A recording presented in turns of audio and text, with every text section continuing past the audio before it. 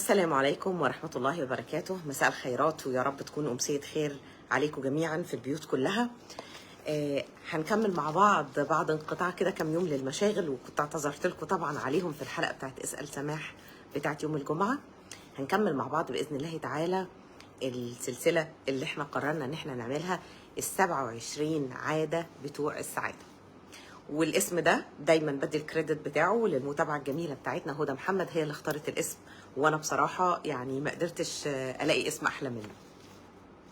ال27 عاده بتوع السعاده هجيبهم لكم منين، او اقترحتهم منين، او استنتجناهم منين، او جمعناهم منين؟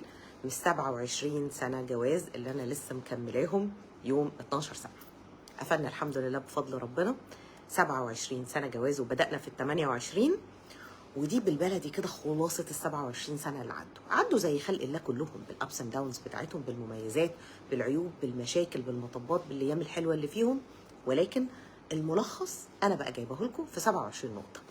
قلنا منهم لو انا فاكره صح الحلقه اللي فاتت قلنا يعني عدتين. فالنهارده قررت ان احنا مش هنقول 2، لا ممكن نزود شويه. يعني احنا دلوقتي 10 و8 دقايق، هنقول 10 دقايق ونشوف ربنا يفتح علينا بايه فيهم، عشان برضو ما تبقاش حلقه طويله بس في نفس الوقت نبقى افدناكم. العاده اللي بعده، احنا الاولانيين او الاثنين اللي قلناهم قبل كده كنت قلت لكم القرار بالسعاده، ان الناس بتاخد قرار بالسعاده. والحاجه اللي بعدها الخناقه اللي ما بين الطموح والرضا، ان احنا كنا متفقين على خطه لحته السعاده بغض النظر عن امكانياتنا عامله ازاي، وكنا موفقين ما بين طموحنا في الحياه اللي احنا عايزين نعمله والرضا باللي كان موجود. الحاجه الثالثه، وقتنا اهم من الدنيا كلها، وخدنا وقت في المطبات دي على فكره. يعني حته الوقت دي قعدنا في الاول مش عارفين نظبطها قوي، لان طبعا احنا كنا متجوزين، عندنا مسؤوليات، وهو بيبني حياته، بيشتغل كتير، واللي بيشتغل كتير بيبقى بيبيع لنفسه مقتنع انه لازم يترفع عنه كتير، وانا مشاغل كتير، والولاد صغيرين كتير. عملنا يعني خناقات كتير قوي، واختلفنا كتير قوي على لقطه ان وقتنا اهم من الدنيا كلها، لحد ما وصلنا بعد كام سنه كده ان بقى في وقت محدد في اليوم ده بتاعنا احنا. وعلى فكره مفيش عدد ساعات معين، ده ممكن يبقوا 10 دقايق بس زي ما بيقولوا كده فيهم البركه. ولكن مفيش يوم بنعدي من غير ما نتقابل مع بعض، حتى لو مسافر حد فينا مسافر بره البلد اصلا، لينا مكالمه في اليوم ده بنعتبره التوقيت بتاعنا، نتابع فيه احوال بعض، ونشوف احوال الولاد، وهنعمل ايه بكره، وهنسوي ايه، وعملنا ايه النهارده، ونشترك في كل حاجه.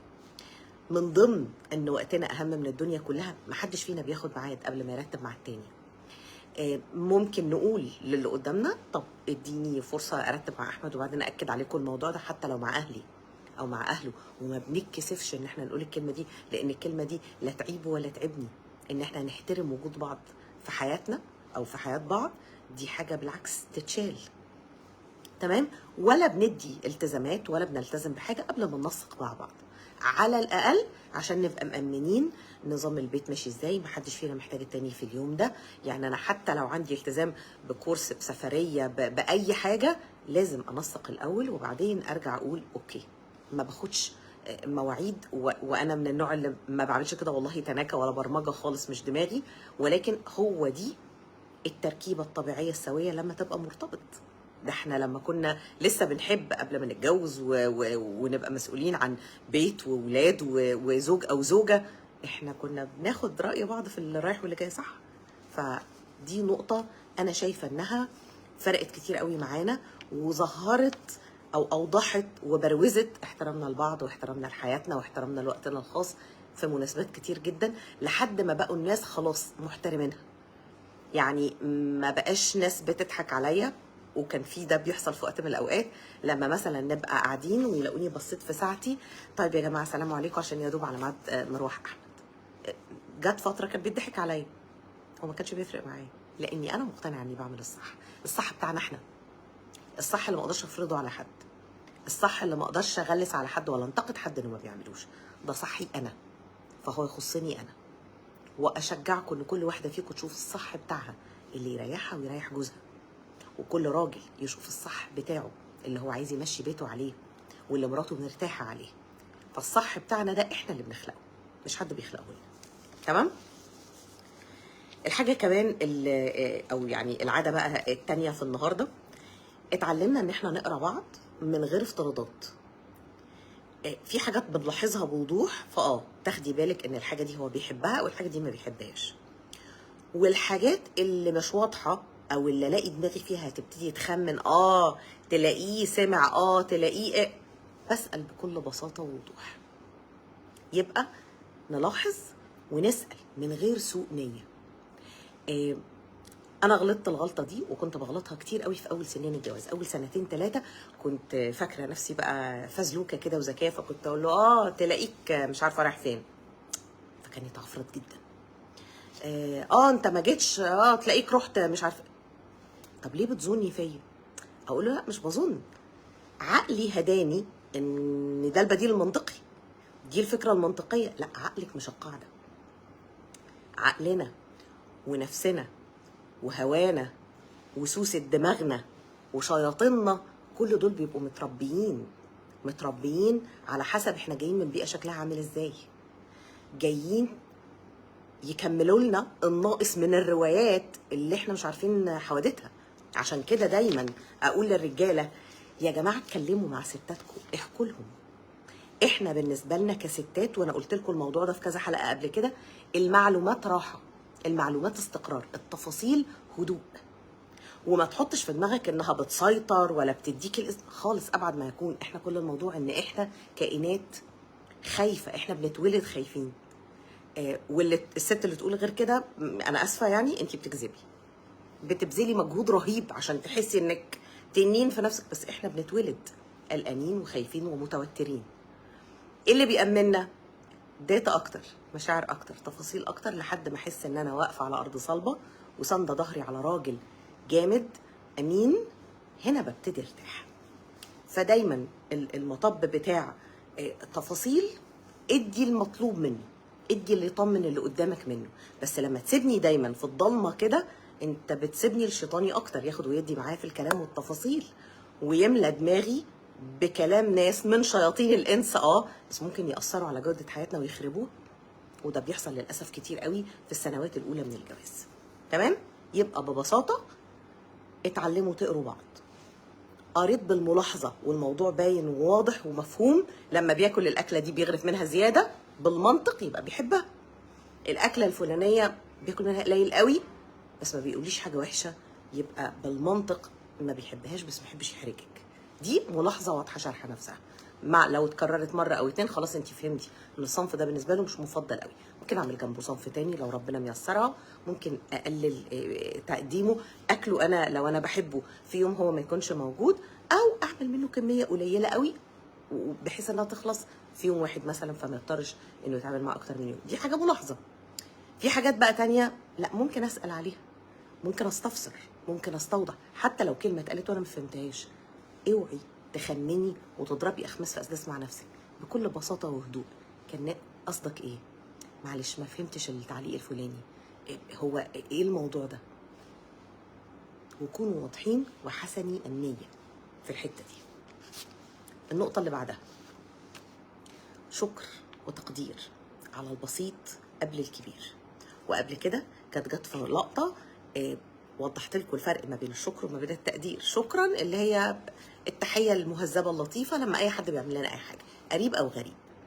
التقدير بالنسبه لمراتك او بالنسبه لجوزك هو تقديرك للمجهود اللي اتبذل عشان الحاجه الحلوه تتعمل، للوقت اللي هي خدته من حياتها ومن عمرها، وكان ممكن ما تديش الوقت ده عشان تعمل لك حاجه معينه، او ترتب لك اكله معينه، او توضب حاجه هتعجبك، او تنزل تلاقي لك هديه وتخلق لك ايفنت ظريف وتعزم عيلتك مثلا. نفس السيناريو لو بيشتغل زياده عن العادي عشان يعمل لك رفاهيات حلوه في البيت، او يوفر لك مستوى معيشي انت هتبقي مرتاحه وسعيده بيه. احنا هنا لازم نفرق بين الشكر والتقدير ونعمل الاثنين، وانتوا الاثنين تعملوا ده. ده بيحط رصيد كتير، بيحسس اللي قدامك انه ما بيحفرش في البحر. كلنا بنتعب، وانا ست بيت بتعب، وانا بشتغل بتعب، وانا ام بتعب، هو كمان لما بيخرج يشتغل بيتعب. ولما بيقعد يسمعني ويشيل مشاكلي ويحلها لي بيتعب. ولما بيتكلف ربنا سبحانه وتعالى مكلفه بإنفاق وبمشاوير وبتأمين ومجي وهكذا هكذا، ما كل ده تعب. أنا مستني شكرا، مستني تقدير. النظرة أحيانا بيبقى فيها تقدير يا جماعة، نبرة الصوت بيبقى فيها تقدير. شكرا ممكن تتقال بنبرة صوت مستنكرة وساخرة إلى أقصى درجة. أنا ممكن أقول شكرا بس تقع على ودانك تزعجك أكتر ما تبسطك. ولكن التقدير ده بقى ده اللي بيبان في نبرة صوتك، وبيبان في الطبطبة الحلوة، وبيبان في حضن فيه تقدير كتير، بيبان في حاجات كتيرة جدا ما فيهاش أي تكلف وما ينفعش تكذبي. عشان كده التقدير من الحاجات اللي ما ينفعش تكذب فيها. فخدوا بالكم من الحتة دي. النقطة اللي هختم بيها قعدتنا مع بعض النهاردة، وبحب النقطة دي قوي عشان ممكن تجنبكم 50% من المشاكل اللي ممكن تحصل في أي بيت. قولوا الحاجات اللي مضايقاكم قبل ما توصلوا لدرجة الغليان. يعني مش لازم تفضلي تبلعي حاجات انتي مش بتحبيها لحد ما تفرقعي. مش لازم تفضل حاطط على قلبك حجر لحد ما تنفجر خالص. لو حاجة انت ما بتحبهاش ومش قادر تعملها اكراما لخاطر شريك حياتك، قوله ببساطة جدا. ودايما المثال اللي انا وجوزي بنستعمله في الحتة دي يقول لي ليه الشاي بارد؟ ليه الشاي بارد دي معناها ايه؟ انت ممكن تعمليه كوبايه شاي. انا هشرح لكم يعني ليه الانسايد جوك او الكود ده او الجمله دي بتعبر عن حاجات كتير بيني وبين احمد. ليه الشاي بارد دي يعني ايه؟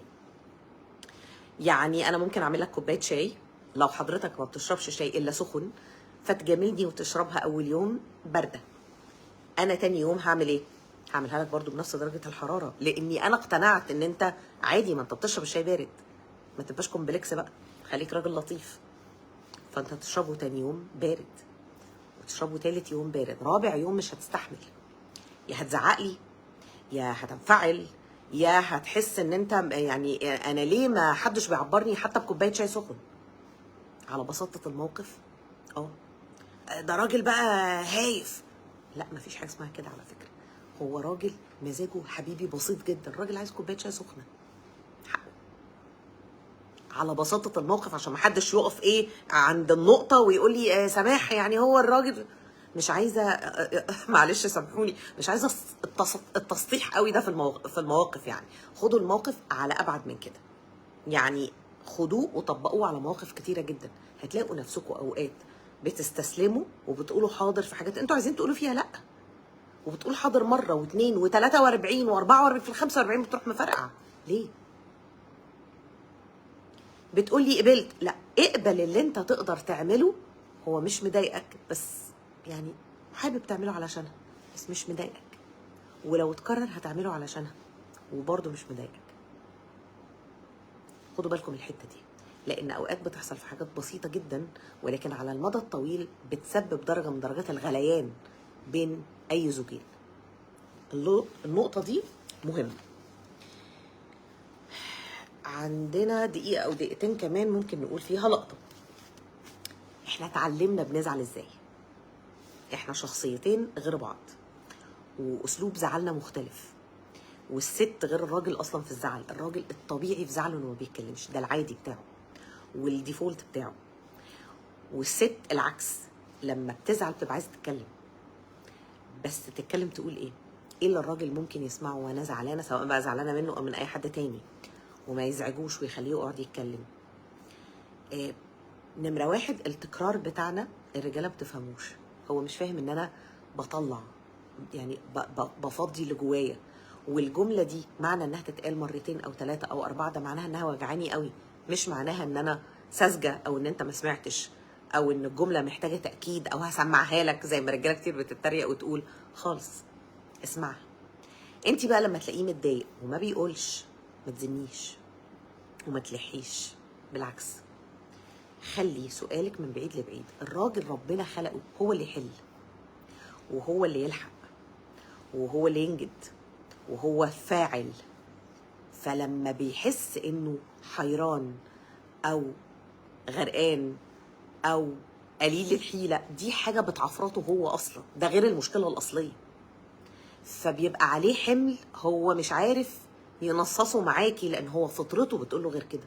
فطرته بتقوله اصبر، فكر اكتر، انت هتعرف تحلها لوحدك، وغالبا ده اللي بيحصل وهتتفاجئوا.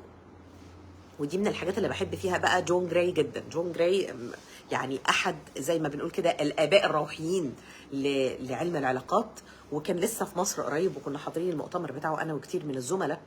وعشان كده انا بحبه، لان اراءه انا بشوف انها متناسقه جدا مع قناعاتي انا، وانا طبعا اقل من تلميذه من تلامذته يعني صغنطوطه، ولكن انا بشوف ان هو فكره في الجزئيه دي رائع. هو برضو قناعاته وثوابته اللي هو قالها لنا واللي بيشرحها لنا كل ما بنتقابل، ان الراجل ما بتكتملش رجولته وما بيبقاش مرتاح قوي الا لما هو اللي بيقوم بعمليه الحل. ولو حكى ده بيسبب عنده مشاكل نفسيه وبيكركب له الدنيا وبيحسسه انه اسوأ حالا. ليه؟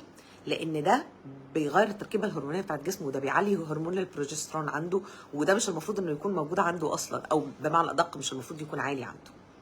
في حين ان هرمونات الذكوره التستوستيرون بتزيد عنده اوتوماتيك لما هو ينشغل بمشكلته، او ينشغل بمجهود عضلي، او ينشغل بحاجه المفروض يعملها، بعيد عن لقطه انه يقعد يحكي همومه ومشاكله. لازم تتعلموا انتوا بتزعلوا ازاي، ولازم تشرحوا لبعض.